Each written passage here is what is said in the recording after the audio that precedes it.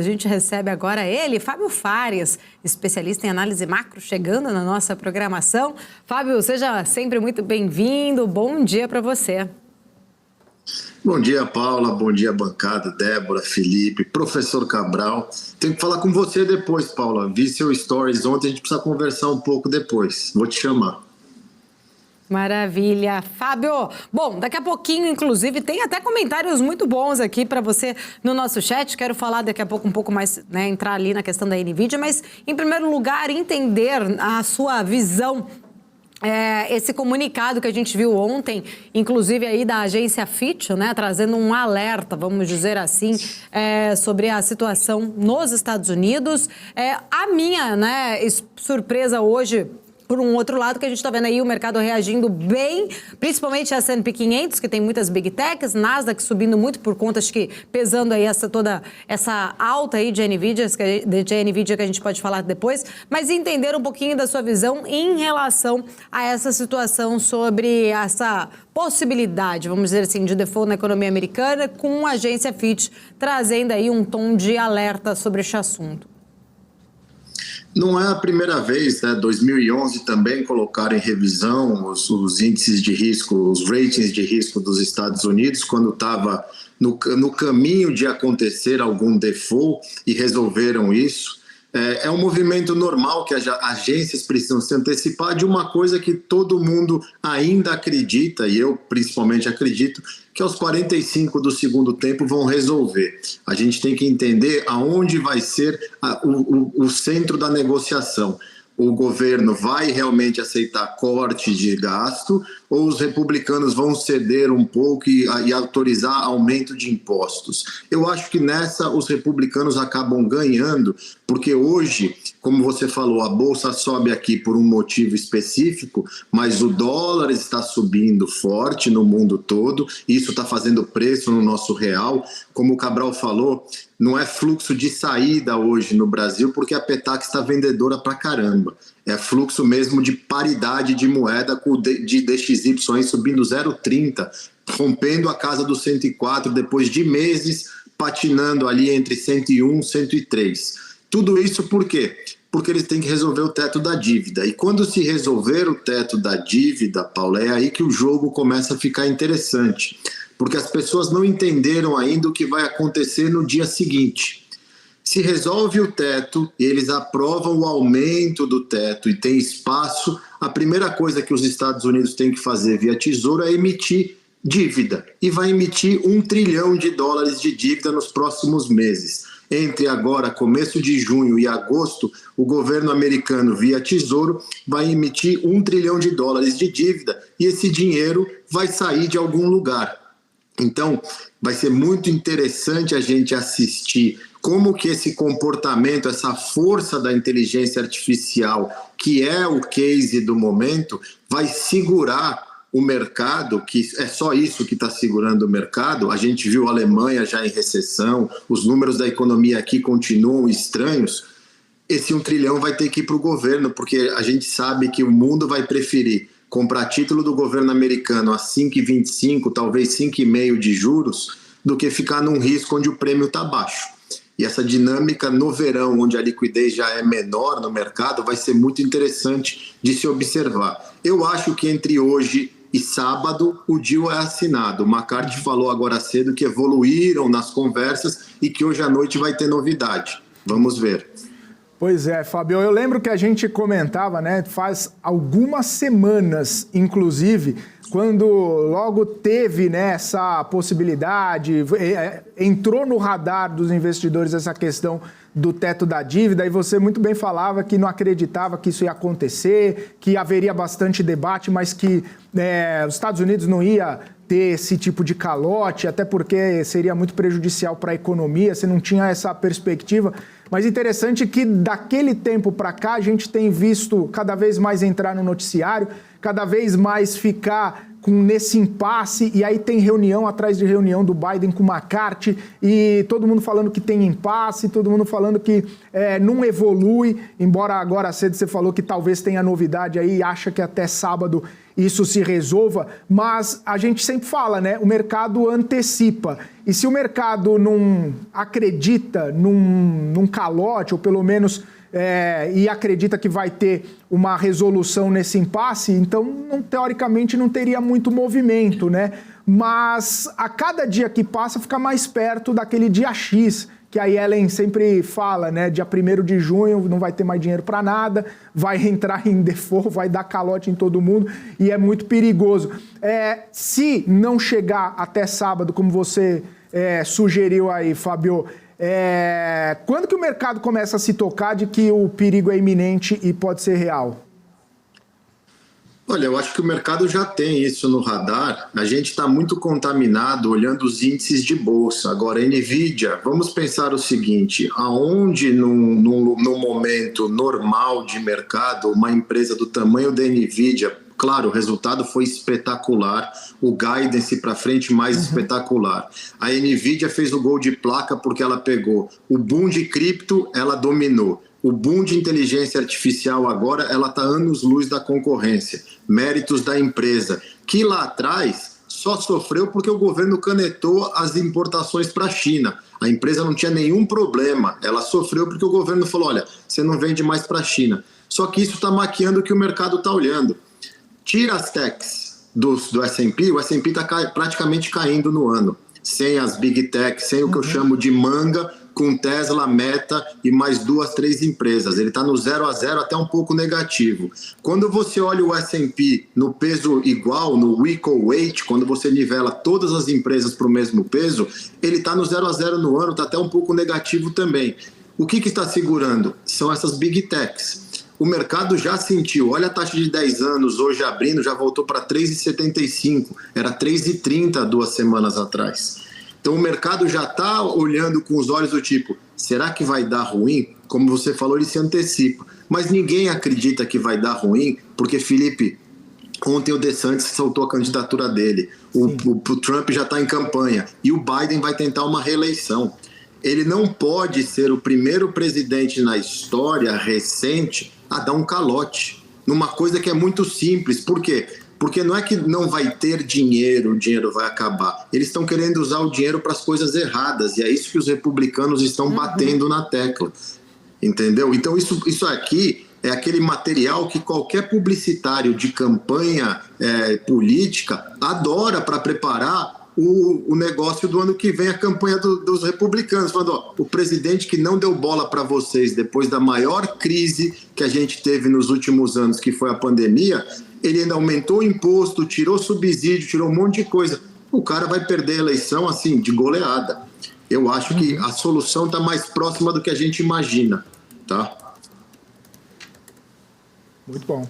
Ô, maluco. Fala aí. Tudo bem? Tranquilo. Tudo ótimo. Você compraria T-bills para vencimento dia 6 de junho? A 7% ao ano? A gente tem que lembrar uma coisa, né, Cabral? É importante falar para o público que eles desconhecem. Juros aqui nos Estados Unidos, no mundo civilizado, é juros simples. Juros simples não dá dinheiro nenhum se você não tem muito dinheiro para fazer uma operação de curto prazo. Você vai pôr $1.000 lá a 7% para ganhar 70%. Para quê? Tá, mas o detalhe é a mensagem, né? 7% ao ano. Ah, sim. Numa taxa spot de 5%. Sim. Então é como se fosse, só para quem está entendendo a minha pergunta, a meta Selic hoje é 13,75. É a mesma coisa que você comprar um título que vai vencer dia 6 de junho a 20% ao ano. Porque se eles estão com 5 e o título está saindo a 7, é quase 50% de diferença, dá uns 40 e pouco. Então é como você hoje a meta Selic é 13,75. Provavelmente a próxima reunião do Banco Central não vai fazer nada nem aqui nem aí. Então quer dizer que no dia 6 de junho aí, a Selic, o Fed ainda vai estar 5, aqui dia 6 de junho ainda vai estar 3,75, e você comprasse um título que vencesse 2, 3 dias depois da reunião, a 20 aqui ou a 7 lá fora. Isso é muita especulação, pouca liquidez ou medo mesmo do calote? É muita especulação. Título de curto prazo aqui nos Estados Unidos não faz nem cócegas. Tanto que a grande questão que o mercado está olhando em relação a isso é: o Tesouro vai emitir que vencimento? Porque ele tem que emitir passando isso. O mercado já está olhando para esse lado. Ele vai emitir o quê? Curto, barriga da curva ali, 5, 7 anos, ou vai emitir 10 anos, 20 anos para dar uma alongada e não ter que carregar esses juros altos de emissão de 5, 5,5 ou coisa parecida? Isso daí é muito mais barulho de medo, e a gente sabe, por exemplo, teve uma operação no final da semana passada que o cara comprou alguns milhões de dólares de VIX disparando aqui há 2 semanas, ele está em 19 para 40. Isso é oba-oba, é um pozinho, é aquela coisa. E esse sinal do curtíssimo prazo é justamente para panicar. Mas a gente sabe, é muito difícil vir um calote. Porque também tem uma coisa, o Biden tem uma carta na manga, ele falou que não vai usar, mas eu aposto que às 23 horas e 59 minutos da data de vencimento, que na virada vai dar o default, ele puxa a 14ª emenda aqui da Constituição e caneta o teto por ele, entendeu? E daí deixa a Suprema Corte e tudo mais. Aí só uma curiosidade, você falou pra gente, foi aqui até na bancada, que é a primeira vez que eu escutei isso, acho que foi uma reportagem da Fox, se eu não me engano. Uhum. Chega a ter algum comentário interno dessa canetada, ele vai canetar do tipo por 1 mês para voltar a negociar, se ele caneta por anos, entendeu? Ele vai canetar, imagina 23 horas e 55 minutos, 5 minutos para dar droga, ele vai lá e caneta. Essa canetada dele vai ter um prazo, olha, mais 1 mês e vamos continuar conversando, pessoal, só pra gente não dar problema? Ou ele, quando canetar, vai canetar pesado, do tipo, resolve o problema de meses e meses? Não, ele caneta, resolve o problema, só que daí entra sob júdice para o Supremo julgar. Vai para o Supremo, a canetada. Então ele ganha tempo, mas não é nada garantido. Ele pode forçar a 14ª emenda, caneta, porque ele tem esse direito para o país não entrar em default. Ele caneta, só que daí vão entrar com um monte de recurso no Supremo. O Supremo é soberano e aqui a gente não tem um careca no Supremo. O Supremo aqui é todo mundo de cabelo e sério e eles são neutros e eles vão julgar. Enquanto está julgando, funciona. Se o Supremo fala, olha, isso não pode, não vai fazer, volta o disco para tudo, começa tudo de novo. E uma curiosidade, já teve na história, eu não lembro, mas pode ter tido várias... A 14ª emenda, não. O que teve foram calotes na década de 70, de 60, lá para trás. Teve uns 4 ou 5 que foram calotes. E 2011, que foi ali na hora... O faxineiro ia apagar a luz do escritório para dar a caca, os caras conseguiram negociar.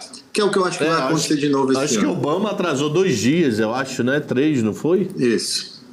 Isso, ele atrasou, tanto que ontem, o que estava passando pelo mercado? O mercado já estava estudando como seria caso tiver um calote para os detentores de títulos. Por quê? O tempo que o governo demora para pagar os títulos em posse dos investidores vai para o Congresso decidir se paga juros em cima disso, se não paga juros, qual que é a fórmula dos juros. Tem uma série de regras para serem julgadas. Então, assim, é aquela coisa que fica uma nuvem cinzenta para ser resolvida, mas tem muita novela para rolar caso os Estados Unidos atrasem os pagamentos. Esse pode ser mais um motivo desses juros a 7 no dia 6 de junho. Porque se eu não receber e for para Congresso, quanto tempo depois eu vou receber? 10 dias, 15 ou 1 ano, entendeu? Aí eu penso prêmio pela dúvida do tempo. Exatamente, é isso mesmo. Fechou. Posso fazer uma aqui pro Fábio? Pô, Fábio... desculpa, chefe. Não, de jeito... Desculpa o quê, Cabral? Fica à vontade aqui. Fábio, só para trazer aqui também um pouquinho da sua visão em relação à nota que a gente falou até agora há pouco sobre a economia lá da Alemanha, né? Entrando ali numa recessão técnica. Vale lembrar aí que é a recessão técnica em relação a 2 PIBs ali, né? Seguidos, trazendo um recuo. Queria entender um pouquinho da sua visão, né? Qual a leitura que a gente pode fazer diante dessa notícia em relação aos próximos, né, talvez de repente países que também possam acabar enfrentando essa situação diante de um cenário como a gente está vivendo hoje mundialmente? pressão inflacionária e juros altos? O primeiro ponto que mostra que o Boris Johnson foi muito inteligente em pular fora via Brexit, porque olha o peso que a Alemanha está carregando aí, de ter que sustentar um bando de país periférico que não tem a capacidade de produção e muito menos o rigor e austeridade fiscal que eles têm. A Alemanha foi a primeira a sofrer. Isso vem em linha, Paula, com o que a gente já imaginava que vai acontecer no resto dos países que estão passando por isso. O Roberto Campos foi muito feliz na entrevista dele hoje cedo, quando ele falou: o Banco Central brasileiro, por mais que seja criticado hoje por muitas pessoas, foi o primeiro que percebeu que tinha que subir juros rápido e que a inflação ia ser persistentemente alta por mais tempo. A gente largou na frente do mundo todo. A gente começou a subir juros quando os Estados Unidos começou a falar de possível alta, novembro de 21. Então, méritos para o Brasil. O Banco Central Europeu demorou demais e ele ficou atrás da curva há muito tempo. E quando você está atrás da curva, você já traz um carrego negativo de inércia inflacionária, tanto que a Lagarde mudou o tom. A gente vem falando das nossas brincadeiras com a história do Cabral, mas lembra que ela mudou o tom no meio do caminho. Mesmo no começo da alta, ela estava leve. E no meio do caminho ela falou: é melhor eu mudar o tom porque a coisa está muito feia. Ela não pode parar de subir. Inflação na Inglaterra, agora o verão vai ser muito forte na Europa, porque tem uma demanda reprimida de chinês que já está lá. O Cabral até comentou comigo essa semana no programa dele, que um amigo dele estava na França e falou que a França parece a China. Tudo olhinho puxado, passeando e tirando foto. Isso vai gerar mais pressão ali. E o PIB negativo da Alemanha, com essa recessão teórica, já era esperado, né? A gente vai ver isso nos Estados Unidos em algum momento também. Não tem como. Eu estava conversando ontem com um pessoal de mercado que trabalha num laboratório de econometria, eles estudam casos. O peso dos juros no mundo é uma coisa que as pessoas desconhecem, porque faz muito tempo que ele não era presente. Mas quem é um pouco mais velhinho, como eu, que estava lá desde 90 e alguma coisa, a gente sabe os juros, para quem não entende dele, ele te mata porque ele vai te sangrando aos poucos. E quando você percebe isso, já não tem nem mais força para continuar. E é isso que a gente está vendo acontecer na Europa e que provavelmente uma hora vai acontecer aqui nos Estados Unidos, que está com 5,25, os números hoje de PIB um pouquinho mais forte, o pedido de seguro-desemprego um pouco mais fraco, ainda corroboram com o Fed tendo que subir. E lembrem-se, o Fed fala em pausa, ele não fala em fim de ciclo. Se ele pausar em junho, ele vai subir em julho ou agosto. Não tem como não fazer isso, porque a inflação ainda está muito forte aqui na Europa. Cabral quer comentar também sobre o tema. E o problema da Alemanha ainda tem uma droga, né? A Alemanha está com problema para trás e para frente. Aí você vai falar, como ela está com problema para trás e para frente? PIB para trás, 6 meses de queda. E para frente, ontem saiu... Cadê o índice? Índice IFO de clima de negócios. Aí eu fui entender qual é desse índice. Eles chegam para os empresários da Alemanha e perguntam aí, qual é? O que você acha para frente, maluco? O que você acha de clima de negócio? Inflação, compra, venda, relação com o mundo. Como é que vai ficar o teu negócio? E esse número está caindo. Então, se está caindo, quer dizer, o empresário está receoso com o verão. Como é que o cara pode estar receoso com o verão? Que, teoricamente, para a Europa, verão é tudo, porque o inverno é muito frio. Não é que nem Brasil, que é muito estável o ano inteiro. Não podemos reclamar tanto de clima. O nosso frio aqui, quando dá -2, o pessoal tira selfie. Na Europa, você fica -2, 3 meses, pô. Então, o que acontece? O para trás está ruim com números divulgados, esses 2 tris de PIB aí horrorosos, e para quem vai investir, ele diz que para frente está pessimista. Então a droga é para trás e para frente da economia alemã. E a economia alemã deve ser a terceira ou quarta, não sei se ela é maior ou menor que o Japão. Estados Unidos, China, não sei se a Alemanha é a terceira ou quarta, ou o Japão é a terceira ou quarta aí do mundo. E Japão, Alemanha. É Japão, a Alemanha é a quarta. Japão e Alemanha, isso. Então a Alemanha é maior da Europa. Se o maior da Europa está dizendo que para trás está ruim e para frente vai ficar ruim, imagina o resto, maluco. A notícia boa, que pelo amor de Deus, antes que me perturbem dizendo que eu estou torcendo para a desgraça, a notícia boa é que isso pode ser bom para a Lagarde. Do tipo, se o empresariado está com medo, ele vai tentar vender mais barato para tentar vender, para não deixar de fazer receita, pode ser que a página 2 dessa notícia seja uma inflação mais calma no verão. Pode ser, o tempo vai ser o senhor da razão. Era isso que eu queria concordo de manhã. Não, eu concordo, e assim, a gente já esperava, e a gente espera um verão forte na Europa, e os caras lá não esperam um verão forte na Europa, é assustador. Exatamente, do tipo assim, pô, ou se tiver verão forte na Europa, vai ser verão forte na Europa sem consumo. Uhum. Você vai pra rua, se diverte, compra um suco e uma água e um croissant. Tem mais nada aí, entendeu? Aqui, Cabral, muito boa. Ô, Fábio, trazendo aqui, agora tem um comentário muito bom aqui no nosso chat, inclusive, né? O pessoal aqui trazendo comentários pro Fábio, falando ali, falando aqui, por favor, Fábio deixou no ar que devido aos resultados aí de uma bolha de AI, pode estar no cenário, né? Trazendo aqui pra gente só para falar um pouquinho mais sobre inteligência artificial. E também tinha um outro comentário, acho que o Felipe estava com ele aí no ponto, né, Felipe? Em relação a um telespectador que disse que se deu muito bem, hein? Inclusive ouvindo Fábio Fares, né, Felipe? Pois é, o Fábio, foi o Gilberto, ele falou que quer dar um bom dia especial aí para você, porque você explicou, né, o que estava acontecendo com a NVIDIA, principalmente aquele comentário em relação à China, que foi a canetada da China e tudo mais, que ele gostou, comprou a tese e está com 130% de valorização na empresa, ou seja, está te devendo um almoço, né, Fábio? Manda o Pix que a gente agradece. Mas essa história só da avisa do Pix antes para a gente ter noção de fluxo cambial de saída, tá? Que vai ser grande esse Pix, maluco. Avisa essa... gente. Né, Cabral? Verdade. Essa história da bolha, Paula, tá? A percepção que a gente tem é o seguinte, eu vivi 2002, 2003 e eu tive um problema na minha família na época, porque a minha avó foi persuadida pelo gerente. A minha avó, em 2002, ela tinha seus 75 anos e ela foi persuadida pelo gerente dela do HSBC para pôr a previdência dela, o 401k dela, num fundo da Nasdaq. Só que eu era muito jovem na época, eu não conversava muito dessas coisas, minha avó aqui nos Estados Unidos e eu no Brasil, e a velha com 76 anos depois da bolha.com perdeu 80% da aposentadoria dela. Eu fui até o banco matar o cara pelas minhas próprias mãos, porque não se faz isso com uma senhora de 75 anos.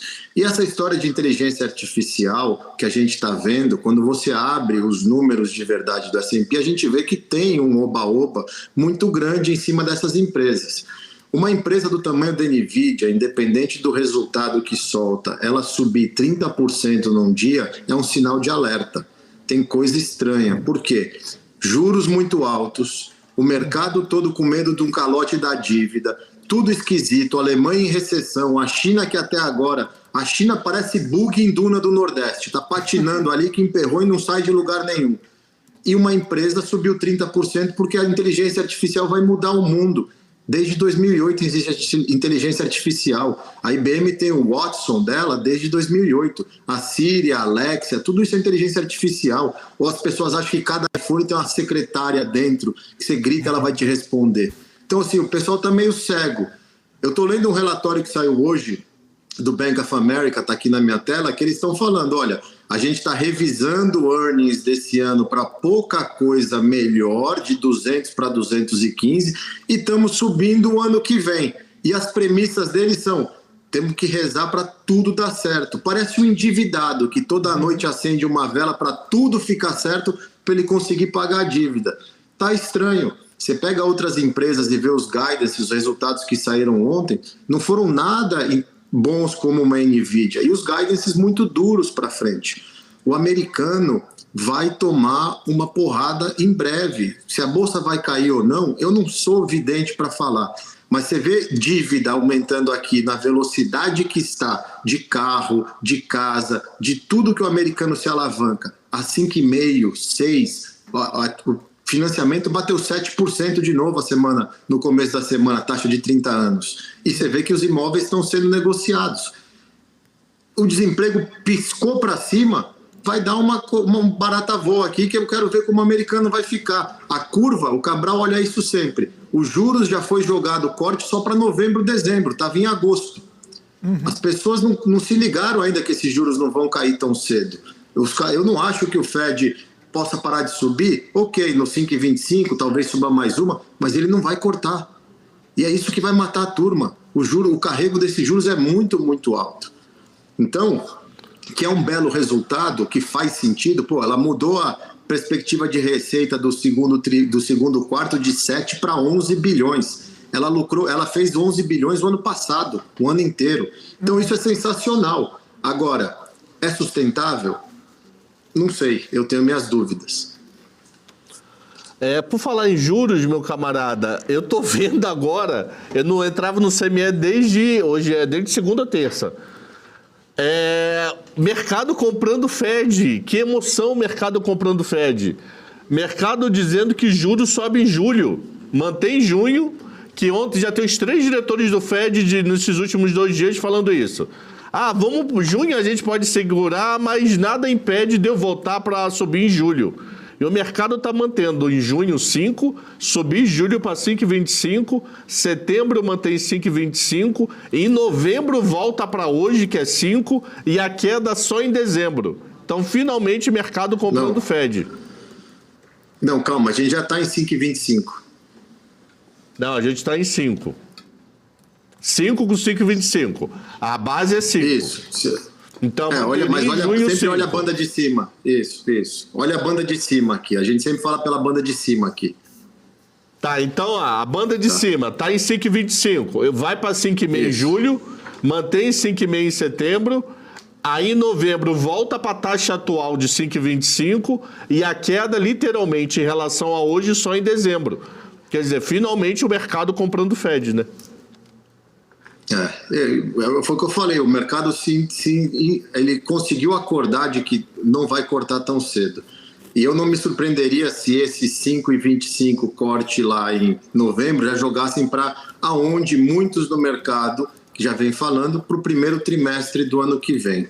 E só um porém, o Felipe já conversou comigo 2 vezes no podcast dele, e eu falei isso a primeira vez em agosto do ano passado e repeti isso agora. Só tem uma coisa aqui no mercado americano que desde junho do ano passado eu falo que é para comprar, que é a manga.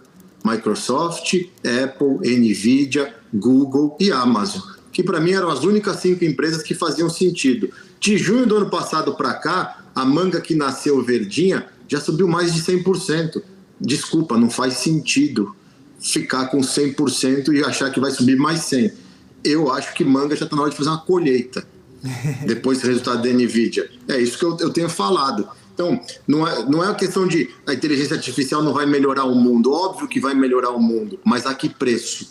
A que preço você está disposto a pagar? Porque lá atrás, em 2002, quando eu era jovem, achava que era tudo uma maravilha e tudo mais, eu comprei do meu chefe Microsoft a 99. Ela demorou 13 anos para voltar para o preço. Então, fica a dica para vocês aí não se empolgarem muito. A hora que você se empolga no mercado é a hora que você está errado. O mercado é razão, não é emoção. Ô, Fábio, nesse sentido aí que você comentou, que essas empresas já estão mais do que maduras e dando um suco muito saboroso, a gente viu na última conferência lá da Berkshire até o portfólio do Warren Buffett. E quando a gente pensa no Warren Buffett, a gente fala assim, poxa, é aquele senhor oráculo do mercado que fala da diversificação, fala, né, de investimentos a longo prazo e tudo mais, mas quando a gente pensa na diversificação, a gente olha para o portfólio dele, quase 50% de Apple, né?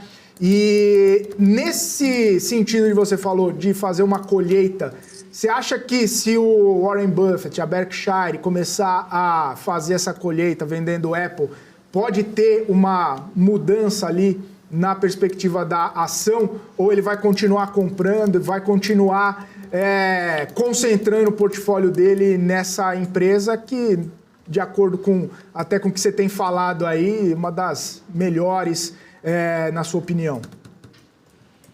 Olha, Felipe, se você olhar o 13E, o formulário 13F, que ele é obrigado todo trimestre a divulgar, ele vendeu Apple no último trimestre.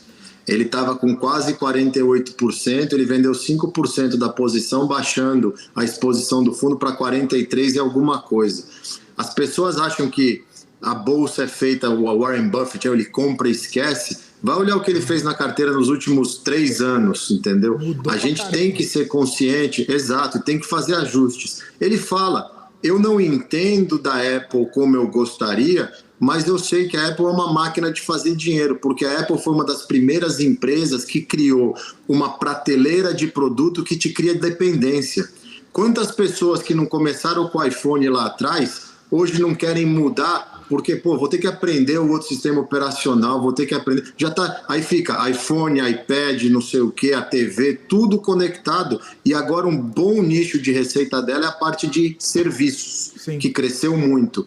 Então, tem todo esse aspecto da coisa. Eu duvido que ele abaixe muito a participação dele em Apple, porque também o cara carrega a Apple desde sempre e vê os benefícios, e ele tem um portfólio mais enxuto hoje. Os 2 caras que estão cuidando disso para ele e para o Munger, enxutaram bem o portfólio da Berkshire, concentraram em algumas coisas e tem bem menos coisas periféricas.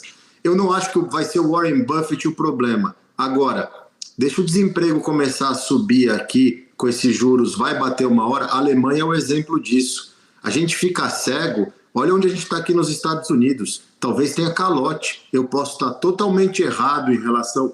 Eles vão resolver a dívida e ver um calote. Um calote vai parar o sistema, vai gerar um monte de problema e gera desconfiança. E aí uma cadeia de eventos que acontecem em seguidas. Em 2011, a Bolsa caiu 18% logo depois disso. E não foi calote, pagaram. Olhem a história, ela costuma não se repetir, mas ela rima demais. A gente negligencia isso. Boa. Deixa eu fazer uma pergunta mudando um pouquinho de assunto, mas ainda sobre os Estados Unidos. Se falou algo de seguro-desemprego que estava errado semana passada? Consertaram para trás alguma coisa? Eu não achei nada.